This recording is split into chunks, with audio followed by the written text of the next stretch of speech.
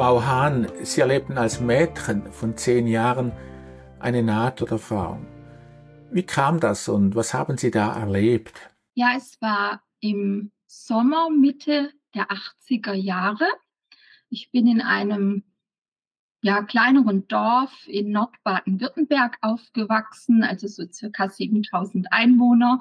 Und wir haben dort ein örtliches Freibad und das habe ich immer mit meiner Schwester zusammen, die ist 2 Jahre jünger als ich. Also ich war damals so um die 10 Jahre alt, wie Sie schon angesprochen hatten. Und das haben wir zusammen besucht. Also ich bin die älteste Schwester von 3 Mädchen und es war ein kurzläufiger Fußweg immer zu diesem Freibad. Wir hatten eine Dauerkarte, also so eine Jahreskarte. Und meine Tante, die ging da dann auch immer mit uns hin, also die hat so ein bisschen auf uns aufgepasst. Die war es auch, die mir das Schwimmen beigebracht hat, eben in diesem Freibad. Und in diesem Sommer war ich am Schwimmen. Also da gibt es sage ich mal, wie in jedem Freibad, ein Kinderschwimmbecken und das große Becken, wo der vordere Bereich einen Nichtschwimmeranteil hat und mit einer Schnur getrennt. Und im hinteren Bereich ist das tiefe Becken. Und ich war in diesem tiefen Becken, allerdings auch im vorderen Bereich am Schwimmen. Und also ich bin nicht bis ganz nach hinten geschwommen, weil im hinteren Bereich haben sich immer viele Leute getummelt und ich bin da immer nur so ein bisschen hin und her geschwommen und auch relativ nah am Rand, also nicht so in der Mitte. Das habe ich mich damals noch nicht getraut, so in der Mitte frei zu schwimmen, wenn irgendwas ist. Da war ich doch ein bisschen ängstlich und auch Tauchen oder so war auch nicht mein Ding. Das habe ich immer so mit Nase zuhalten und Augen geschlossen gemacht. Also bis heute ist das nicht so mein Fall, aber Schwimmen ist gut. Und ich bin da geschwommen, was ich auch noch erwähnen möchte. In heutigen Freibädern, es war ja Mitte der 80er, also ein recht altes Bad, das wohl wahrscheinlich irgendwann in den 70ern gebaut wurde. In den heutigen Bädern hat man ja eine Wasserlinie, die eben ist. Und damals war es so, also diese Betonwand, da war noch ein guter Abstand zwischen Wasserlinie und da, wo es dann aus dem Becken praktisch rausgeht. Und wie gesagt, ich bin da geschwommen und plötzlich kamen 3 Jungs, also in meiner Erinnerung sind es 3, vielleicht waren es auch 4, aber ich meine 3 Jungs, die mich umringt haben, die waren ein paar Jahre älter als ich und die fingen plötzlich an, ja, die haben sich wie auf mich eingeschworen und fingen an, mich ganz wild immer wieder unter Wasser zu tauchen.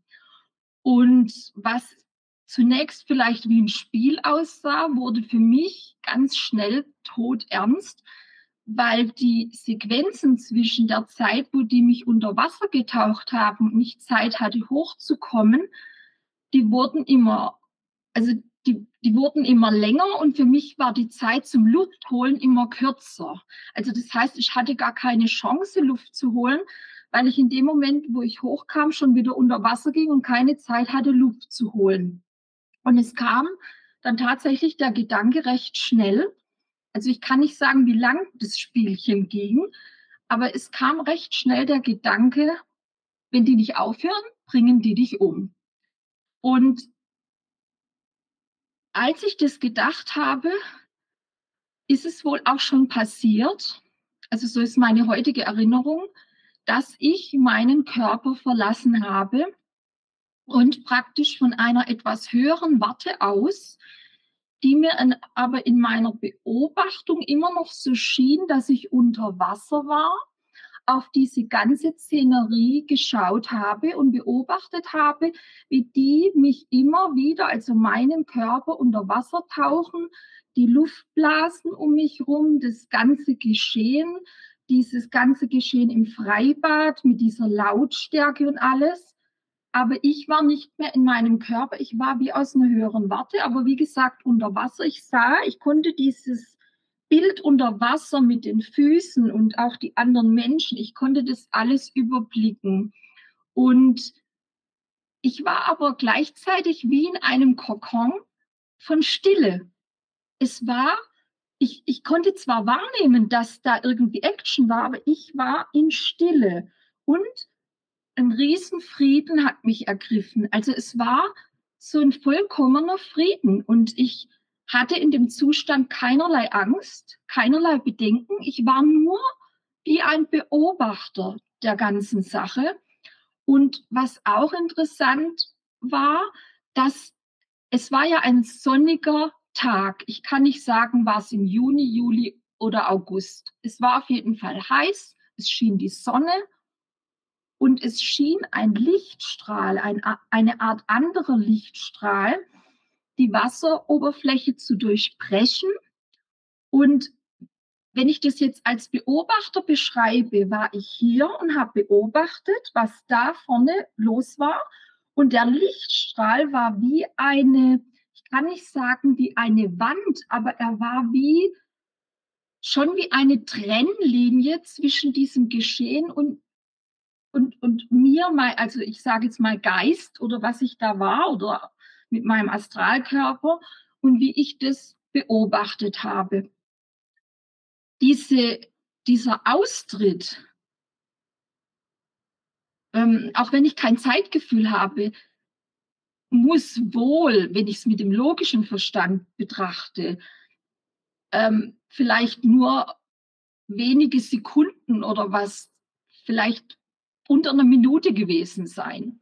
Ich habe das halt beobachtet, ich war in dieser Stille und Zufriedenheit.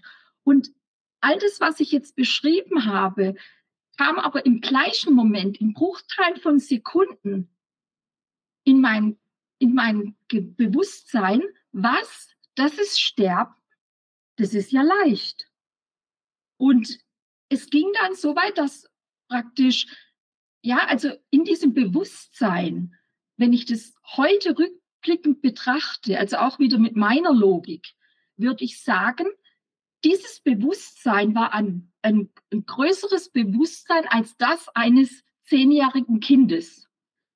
Ein 10-jähriges Kind kann meines Erachtens nicht diese Wahrnehmung gehabt haben, also diesen Verstand, das so wahrzunehmen. Und dann realisierte ich ganz logisch, wenn die nicht aufhören, also irgendwie hatte ich ja noch eine Verbindung zu meinem Körper, denn ich wusste, wenn die nicht aufhören, ich kann nicht mehr. Und die logische Konsequenz war dann, innerhalb dieses Friedens, ohne Angst zu sein, ja, dann stirbst du jetzt. Und die nächste Konsequenz ist, dann holst du jetzt Luft. Also ganz bewusst die Entscheidung zu treffen, jetzt Luft unter Wasser zu holen, egal mit welcher Konsequenz, ob ich das überhaupt überleben kann oder dann tot bin. Also für mein Bewusstsein war, wenn du jetzt Luft holst, stirbst du. Und in dem Moment, wo ich das zu Ende gedacht habe, packte mich, also ich vermute, dass ich dann wieder in meinem Körper drin war, packte mich auf einmal wie ein Sog, also ich spürte das, was meine Hand packte und ein Sog mich nach oben zog, wie ich eben beschrieben habe. Es war ja eine Distanz in dieser Wasserlinie und ich saß plötzlich am Beckenrand. Und als ich mich umdrehte, war meine Hand in der Hand eines Mädchens etwa in meinem Alter. Ich blickte sie an, ich war völlig verwundert, wie das alles geschehen konnte. Also das muss ich wohl schon realisiert haben in diesem Alter, dass das ja irgendwie gar nicht möglich war, dass dieses Kind mich aus diesem tiefen Becken, so ein, also ich weiß nicht mal, ob ein Erwachsener so einen langen Arm haben kann, einen da rauszuziehen, mit dieser Wasserlinie das zu überbrücken und mit dieser Kraft, was man da braucht. Also ich guckte die an, ich guckte auf das Wasser, ich guckte, wo die Jungs sind, die waren nicht mehr da, die waren am Ende des tiefen Beckens, also ich war ja in diesem vorderen Bereich, wo das passierte, des tiefen Beckens, und die waren am Ende des Beckens, wo ursprünglich mal so Sprungbretter und so waren, die waren aber abgebaut, also die gab es schon viele Jahre nicht mehr und nahmen von mir keinerlei Notiz mehr. Ich wollte mich umdrehen und bei dem Mädchen bedanken und sie war verschwunden. Und dann bin ich wohl zu meiner Schwester Also daran kann ich mich auch erinnern und habe mit ihr das komplette Freibad nach diesem Mädchen abgesucht, weil ich mich bedanken wollte und weil ich das irgendwie gar nicht glauben konnte, was da passiert ist. Und ich habe ja eben gesagt, dieses Freibad war jetzt nicht so groß bei einem 7000 Einwohner Dorf. Das war recht überschaubar, die Liegefläche. Aber ich konnte dieses Mädchen nicht finden. Und das Besondere an dieser Nahtoderfahrung ist, dass ich die Erinnerung nicht daran, also dass ich getaucht wurde, sondern die Erinnerung, dass ich eine Nahtoderfahrung hatte und scheinbar von, also für mich, ich sag mal, von einem übernatürlichen Wesen, vielleicht ein Engel gerettet wurde, kam erst Jahre später mit Anfang 30 zurück. Und zwar, also ich weiß es deshalb, dass ich die Erinnerung verloren habe. Also irgendwann zwischen meinem 10. und 16. Lebensjahr muss das weg gewesen sein, diese Erinnerung an die Nahtoderfahrung, weil ich mit 15, 16 ein Erlebnis hatte in demselben Schwimmbadbecken an einem anderen Platz, wo ein paar Jungs aus meiner Klasse, die ich kannte, mich umringt haben und anfingen, Blödeleien zu machen und mich zu tauchen. Und ich total panisch war und mich schon erinnern konnte, dass sowas schon mal passiert ist. Aber diese Nahtoderfahrung war da wohl schon weg, also diese Erinnerung. Und mit Anfang 30 las ich ein Engelbuch von Diana Cooper. Und da ist ein Bericht drin, ein kurzer Bericht von einem Mädchen, die mit 10 Jahren einen, sage ich mal, Unfall im Schwimmbecken ihrer Eltern hatte. Da muss irgendein Stromkabel gewesen sein. Und sie wurde übernatürlich von einem Engelwesen gerettet. Und in dem Moment, als ich das las, lief wie ein Film ab und alle Erinnerung war wieder mit Emotionen, Gefühlen, so wie ich es jetzt beschrieben habe, komplett wieder da. Ich war so überwältigt, also ich habe erst mal geheult, also war aus Dankbarkeit, dass ich gerettet wurde.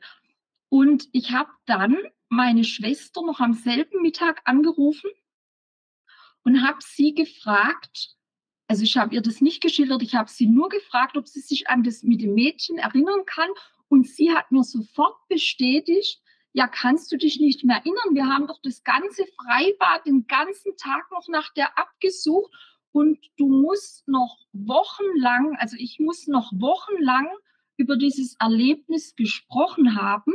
Aber diese Erinnerung, dass ich noch wochenlang darüber erzählt habe, ist bis heute verschwunden. Also die habe ich nicht mehr, diese Erinnerung.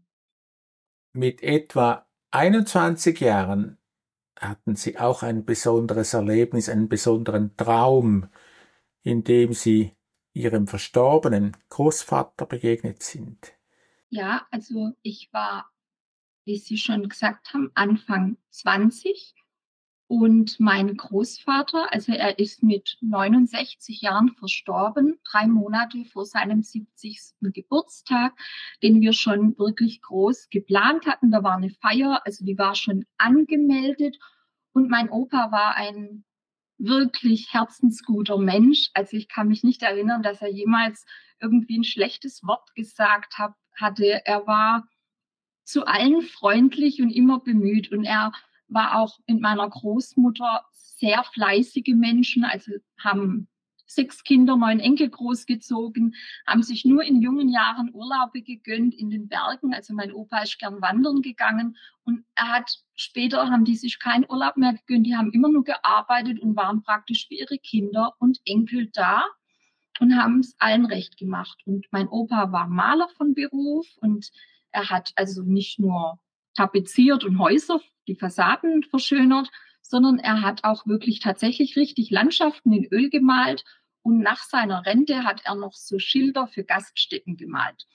Und als er dann kurz vor seinem 70. stand, hat er zu uns gesagt, er will jetzt sich wirklich zur Ruhe setzen und nichts mehr machen und nur noch das machen, so was ihm Spaß macht, also wandern gehen und solche Dinge. Und als er dann so plötzlich verstorben ist, also er hatte mehrere Schlaganfälle und ist in Folge innerhalb von 3 Tagen auf der Intensivstation verstorben, hat mich das unwahrscheinlich erschüttert. Also es war der erste Mensch in meinem Leben, den ich verloren habe, den ich wirklich geliebt habe. Und es hat mich tief erschüttert, dass er jetzt sterben musste und dass ihm das nicht mehr vergönnt war. Also ich muss dazu sagen, ich hatte da meine Ausbildung als Krankenschwester schon abgeschlossen. Wir hatten in der Ausbildung auch Elisabeth Kübler-Ross durchgenommen. Also wir hatten durchaus gesprochen über eine Weiterexistenz nach dem Tode. Und es war mir geläufig, auch dass es Nahtoderfahrungen gibt. Also auch wenn ich selber mich damals ja noch nicht an meine Nahtoderfahrung wiedererinnern konnte. Aber es war mir geläufig und ich glaubte an eine Weiterexistenz nach dem Tode. Und trotzdem hat mich diese Trauer nicht losgelassen um meinen Großvater, dass ihm das nicht vergönnt war, dass man, also ich habe da wirklich gehadert mit Gott, mit mir, mit dem Universum, mit allem, was so ist. Und dann hatte ich circa, also ich kann es nicht mehr genau verifizieren, für mein Gefühl war es ein halbes Jahr danach, aber vielleicht war es auch ein bisschen früher nach seinem Versterben, dann hatte ich einen Traum und dieser Traum, also für mich ist es mehr wie ein Traum. Ich sage, ich war wirklich astral dort, ähm, weil man sich ja normalerweise an Träume nicht richtig erinnern kann oder sie sind sehr wirr, nicht so geradlinig. Man vergisst sie vielleicht nach ein paar Jahren. Und dieser Traum ist so realistisch. Also ich bin jetzt bald 50. Er ist immer noch, als ob er jetzt im Moment heute früh passiert ist, realistisch vor meinen Augen. Also ich war in einem wunderschönen Garten. Ich würde es als Besuchergarten bezeichnen. In diesem Garten waren wunderschöne Wege angelegt. Diese Wege haben geleuchtet, also nicht so wie bei uns auf Erden, die haben geleuchtet in einem, ich kann jetzt nicht sagen Licht. Sie hatten sie leuchteten, aber es war kein Licht. Also wenn das jetzt Sand oder Kies oder irgendwie helle Steine waren, es hat einfach geleuchtet. Es wirkte aber alles so natürlich. Und auch die Pflanzen, die darin gewachsen sind. Ich kann gar nicht sagen, ob es die auf Erden so gibt. Und es war aber auch nicht so, wie bei uns die Ziergärten angelegt sind, wo wir als perfekt empfinden. Dieser Garten war anders. Man kann nicht sagen, also selbst wenn da Unkräuter dazwischen waren, waren selbst diese in einer perfekten Anordnung. Also es war alles perfekt. Die Farben, wie die Blumen und Pflanzen geleuchtet haben, die Bäume, das Gras, die Luft war von, also wenn man da von Luft reden kann, die war so mit einem irisierenden Licht erfüllt.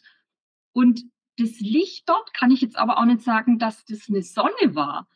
Es schien hell und es war so, als ob dieses Licht, ja, das ist jetzt vielleicht, wenn ich sage, als ob das eine Intelligenz besitzt, das habe ich so jetzt nicht empfunden, aber es ist ganz schwer zu beschreiben. Dieses Licht hatte eine besondere Ausstrahlung, was Sanftes gleichzeitig, was Gutmütiges. Und es flossen da auch so kleine Bächlein und es gab so Brücken, so gemauerte Brücken, die so gebogen über diese Wege gingen. Und um uns herum liefen Menschen, also diese Menschen, auch mein Großvater, die waren alle hell gekleidet. Also jetzt nicht weiß, es kann schon so Beige-Töne auch gehabt haben, aber sehr hell, sehr leuchtend. Also wie gesagt, die Szenerie dort war auch nicht durchsichtig oder so, aber auch nicht so fest wie hier greifbar auf der Erde. Und diese Menschen unterhielten sich, aber ich konnte nicht hören, was die sagten. Ich nahm nur wahr, dass die sich unterhielten. Und vor uns spielten Kinder, also so ein paar Kinder liefen vor meinem Opa und mir her, während er mir so zeigte, diesen wunderschönen Garten. Und sie spielten mit einem Ball, der hell war und waren fröhlich und gut aufgelegt. Und kurz bevor wir diese Brücke, also diese Art Unterführung erreichten, wo verschiedene Weggabelungen abgingen, sagte mein Opa, jetzt guck mal, mir geht's gut. Schau mal, wie schön es hier ist. Ich bin an einem wunderbaren Ort und ich brauche nicht mehr traurig sein. Und als er das dann sagte, wachte ich auf. Und wie gesagt, dieser Traum ist bis heute realistisch da. Und von dem Tag an war meine Trauer komplett geheilt. Also ich musste nicht mehr weinen, es war nichts mehr. Ich wusste 100%, er ist an einem guten Ort. Einige Zeit später machten sie eine ganz besondere Beobachtung, als sie nachts den Astralkörper ihres schlafenden Freundes sahen. Wie kam es dazu? Ja, also nach diesem Himmelserlebnis, wie ich es nenne, es müssen auch wieder so 3 bis 6 Monate vergangen sein, schloss sich praktisch dieses Erlebnis an, das für mich praktisch dann noch so das Ganze rund machte. Also für mich war schon realistisch der Traum mit meinem Opa, ich war dort. Aber scheinbar bekam ich dieses Geschenk, dieses Wunder dann noch. Ich bin nachts um 3 rum, also um 3 Uhr rum aufgewacht. Mein damaliger Partner schlief neben mir, also er schlief an der Tür, ich an der Wand. Und wir hatten ein Schlafzimmer, das zur Straße ausgerichtet war. Und ich schlafe nicht gern im Dunkeln, also der Rollladen war ein Stückchen offen und vor dem Haus ist eine große Straßenlaterne und die schien dann immer so ins Zimmer rein und hat so die Umrisse der Möbel und Sachen da ein bisschen so dargestellt, dass ich schon was sehen konnte.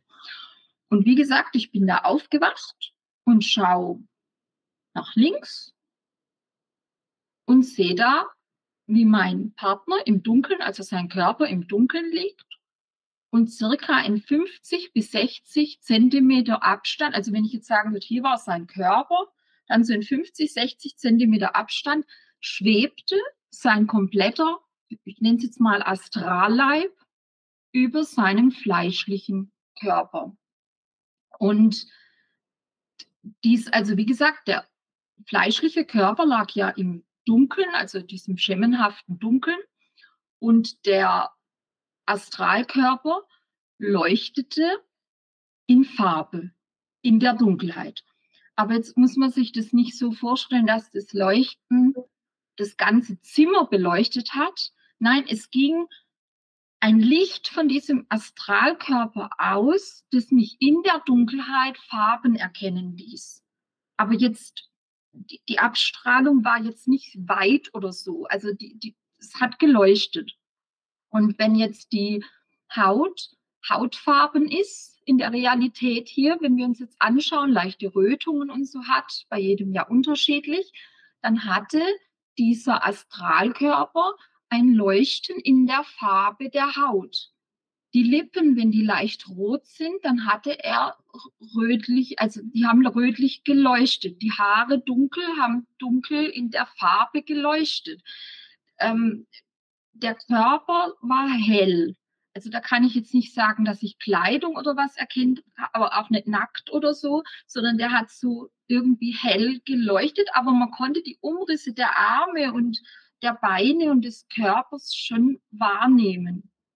Und also ich habe mich dann, als ich das wahrgenommen habe, im Bett aufgesetzt und im Schneidersitz in gewissem Abstand hingesetzt und es beobachtet. Also dieser Zustand ging jetzt auch nicht nur Sekunden. Ich meine, ich hatte keine Stoppuhr, aber er ging für mein Gefühl mehrere Minuten.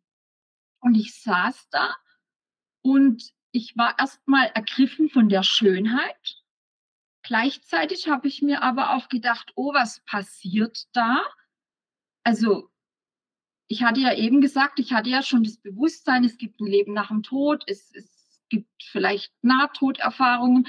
Ich dachte, was passiert da? Stirbt er jetzt? Tritt da irgendwas aus seinem Körper aus? Was passiert da? Also ich war fasziniert, auch von der Schönheit ergriffen.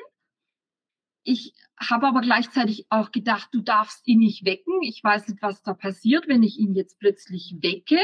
Und darum habe ich nur beobachtet und saß da. Er hat ja ruhig geschlafen, er hat ja ruhig geatmet.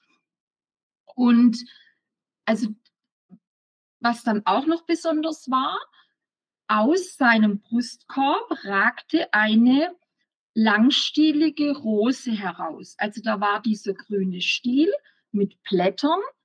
Ich konnte jetzt keine Dornen wahrnehmen. Es war einfach nur vollkommen schön. Und eine so große rote Rosenblüte war oben am Kopf und die hat wunderschön hellrot geleuchtet. Damals habe ich das vor Jahren nicht realisiert, erst als ich später mich mit Symbolik und so beschäftigt habe, dass ja bei Christus auch immer wieder diese Rose abgebildet ist oder bei Marienstatuen und Gemälden. Aber ich weiß bis heute nicht, was das zu bedeuten hat. Also das ist für mich auch ein Rätsel, ob manche das mit Chakren in Verbindung bringen oder also da war halt eine wunderschöne Rose, die ist auch nicht gewachsen, die hat einfach so rausgeragt und hat geleuchtet. Und ich habe dann, als ich so im Schneidersitz da saß und das alles so beobachtet habe, habe ich sogar, als es kam, ich wusste ja, dass ich wach bin, aber es war so der Gedanke, falls du doch träumst, du musst dich jetzt mal zwicken, bist du wirklich wach? Das habe ich gemacht, es hat auch wehgetan. Und es war so, ich musste das alles irgendwie einordnen. Und dann auf einmal sackte praktisch dieser astrale Leib auf den Körper ab und war mit einem Schlag weg. Also das ging nicht langsam, das war so zack rein und dann war Dunkelheit im kompletten Zimmer wieder so, ne, diese schemenhaften Umrisse und es war weg. Ich bin danach dann auf die Toilette gegangen. Also mein damaliger Partner hatte einen sehr tiefen Schlaf, da konnte man wirklich sogar Licht anmachen, der ist nicht unbedingt aufgewacht, aber ich bin dann leise auf Toilette, bin dann noch ins Esszimmer, um das Ganze für mich nochmal abzusichern und habe wirklich, da lag ein Taschentuchpäckchen auf dem Esszimmertisch und da habe ich ein Taschentuch entnommen, habe einen Knoten, also so einen Knoten reingemacht in dieses Papiertaschentuch und auf den Tisch gelegt, dass ich weiß, ich bin da wirklich draußen gewesen. Und dann habe ich mich wieder ins Bett gelegt und bin dann irgendwann eingeschlafen. Also wir haben beide Schichtarbeit gehabt. Er war Koch von Beruf und er musste früh raus an dem Tag. Und ich bin dann danach, als ich aufgewacht bin, also ich weiß nicht mehr, ob ich Spätschicht hatte oder frei. Als Krankenschwester hat man auch manchmal unter der Woche frei, wenn man am Wochenende arbeitet. Ich bin dann an dem Tag noch zu einer Frau, also wir haben in einem Zweifamilienhaus gewohnt. Und diese Frau, also da haben früher die Vermieter drin gewohnt, die sind dann irgendwann ausgezogen und haben den unteren Teil auch vermietet. Und es war relativ noch neu vermietet. Also sie wohnte noch nicht so lange da. Sie hatte 2 Söhne und sie war, also ich wusste, dass sie spirituell sich auskennt. Ich wusste, dass sie was mit Heilsteinen macht und sich mit Sachen beschäftigt. Und dann habe ich sie gefragt, weil ich natürlich immer noch im Hinterkopf hatte, was ist da jetzt passiert? Nicht, dass es irgendwas andeutet, dass er stirbt oder so. Ich hatte schon Unruhe. Und sie hat mich dann beruhigt und hat mir dann erklärt, dass praktisch der Astralleib nachts im Schlaf immer wieder auf Reisen geht, also den Körper verlassen kann. Wir sind ja über die Silberschnur verbunden mit dem fleischlichen Körper. Und nur der fleischliche Körper braucht praktisch die Erholung für die Organe und alles, aber der geistige Körper braucht es in dem Sinne nicht. Und dass der immer wieder austreten würde und auf Reisen gehen könnte. Also zum Beispiel in die höheren Ebenen, so wie mir vorher passiert ist, mein Opa besuchen oder auch, es gibt ja Astralreisende und so weiter. Und dass ich wohl dieses Rückkommen des Geistleibes in den Körper beobachtet habe. Das hat sie mir damals mit Anfang 20 erklärt. Es war dann auch für mich logisch. Ich war beruhigt und darüber habe ich dann erst viele Jahre später dann in Literatur gelesen, dass sich das für mich dann nochmal ein größeres Bild ergeben hat. Was für Auswirkungen hatten all diese Erlebnisse auf Ihr Weltbild? Ja, also für mich war dann schon mit Anfang 20 klar, dass wir mehr sind als dieser fleischliche Leib. Also wie gesagt, ich habe ja an ein Leben nach dem Tod geglaubt. Ich bin christlich erzogen, aufgewachsen, evangelisch. Das zeigte sich so, dass wir als Kinder sonntags in die Kinderkirche geschickt wurden, dass wir vor dem Essen ein Gebet gesprochen haben und mein Papa uns auch beigebracht hat, vor dem Schlafengehen zu beten. Und für mich war schon eine Verbindung zur Schöpfung da und auch ein Verständnis, dass es nach dem Tod weitergeht. Also ich kann gar nicht sagen, wann es da war. Es war für mich gefühlt immer da, dieses Verständnis. Aber nach diesen Erlebnissen war für mich dann, also es waren wie wenn einzelne Puzzleteile sich gerade zusammensetzten und immer mehr Logik ergaben. Und ich war ja sehr eingebunden in meinen Beruf. Und mit Anfang 30, also nach der Erinnerung an das Nahtoderlebnis, also wo ich dann die Rückerinnerung hatte, kreuzten sozusagen immer mehr spirituell, sage ich mal, interessierte Menschen meinen Weg. Ich kam auch mit esoterischen Themen in Verbindung. Und es war dann wirklich so, und es ist eigentlich so bis heute, also ich sehe mich irgendwie so zwischendrin. Also so etwas, was es vielleicht so gar nicht geben soll. Auf der einen Seite das Christentum, auf der anderen Seite die Esoterik, zwischendrin das große Thema der Reinkarnation, an die ich glaube. Und dann kommen also über was wir jetzt ja hier nicht sprechen konnten. Ich hatte ja in den Jahren noch weitere spirituelle Erlebnisse, unter anderem auch, als ich vor 4 Jahren, also 2020, meinen Mann verloren habe, hatte ich ja auch Nachtodkontakte zu ihm. Vielleicht müssen Sie und die Zuschauer entscheiden, ob es für Sie interessant ist, über diese Dinge noch in einem anderen Video zu berichten. Also für mich hat sich dann immer mehr Puzzleteile, die sich ineinander steckten. Ähm, Ich bin seit Jahren schon interessiert, also seit dieser Rückerinnerung an die Nahtoderfahrung, gucke ich mir natürlich auch andere Nahtodberichte an und ähm, sehe, was da Gemeinsamkeiten sind. Und es ergibt sich immer mehr eine Logik. Aber richtig Fahrt ähm, hat es aufgenommen, also dieses Ganze für mich noch mehr zu erforschen, als mein Mann verstorben ist. Und zwar, ich kann sagen, also gibt es ein Leben nach dem Tod? Für mich ja, grüner Haken dran. Was mich interessiert ist, warum sind wir hier? Was ist es mit den Reinkarnationen? Warum passiert das Ganze? Und welche Rolle spielt Gott dabei? Also ich kann wirklich sagen, ich weiß, dass viele sich nicht trauen, den Namen Gott in den Mund zu nehmen, aber für mich ist wirklich diese Suche seit 4 Jahren ganz tief, Gott näher zu kommen. Das ist für mich wirklich, also ich weiß, dass manche das nicht so mit dem Glauben alles so in Verbindung bringen möchten, aber für mich ist es so eine Sehnsucht, ganz stark.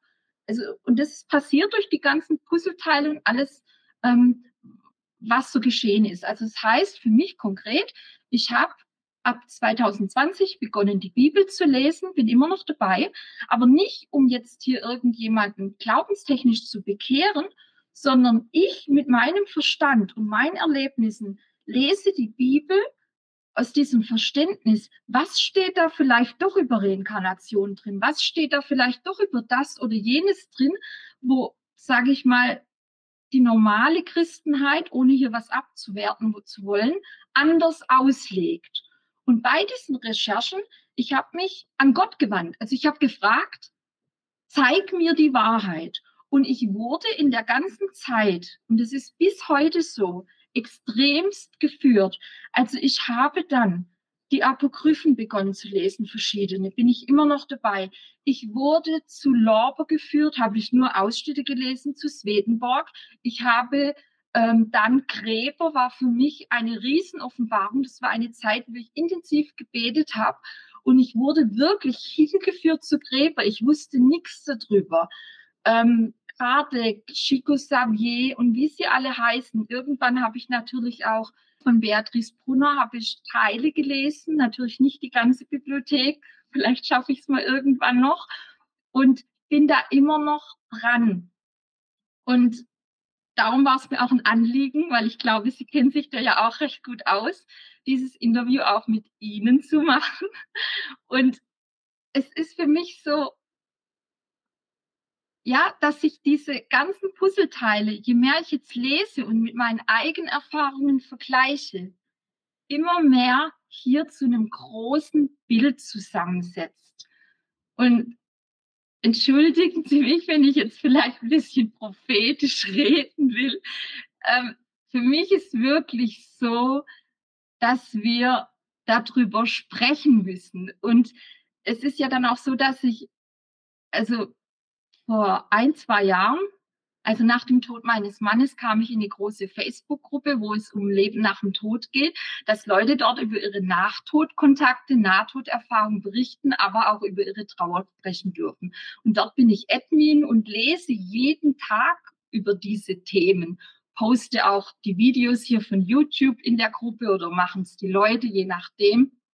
Und mir ist es so wichtig, dass wir uns trauen, darüber zu sprechen, das zu verbreiten und nicht wie, ja, es heißt ja oft, sage ich mal, von der allgemeinen Christenheit, ja, wenn es die Reinkarnation gibt, zum Beispiel, ja, was ist denn dann dieses Leben wert? Warum soll ich mich dann anstrengen? Also ich sehe das als Gegenteil. Wenn wir darüber wissen, über die Dinge, dann wissen wir über diese Gnade, die uns widerfährt und diese Besonderheit, was es ist, hier leben zu dürfen, über diese Dankbarkeit, die wir haben dürfen, dass wir geboren worden sind, dass wir auch Eltern haben, die uns geboren haben, also die uns gezeugt haben, selbst wenn es nicht die besten Eltern waren, weil es ist ja ein Geschenk auf dem Rückweg zum Göttlichen. Und wenn wir das erkennen,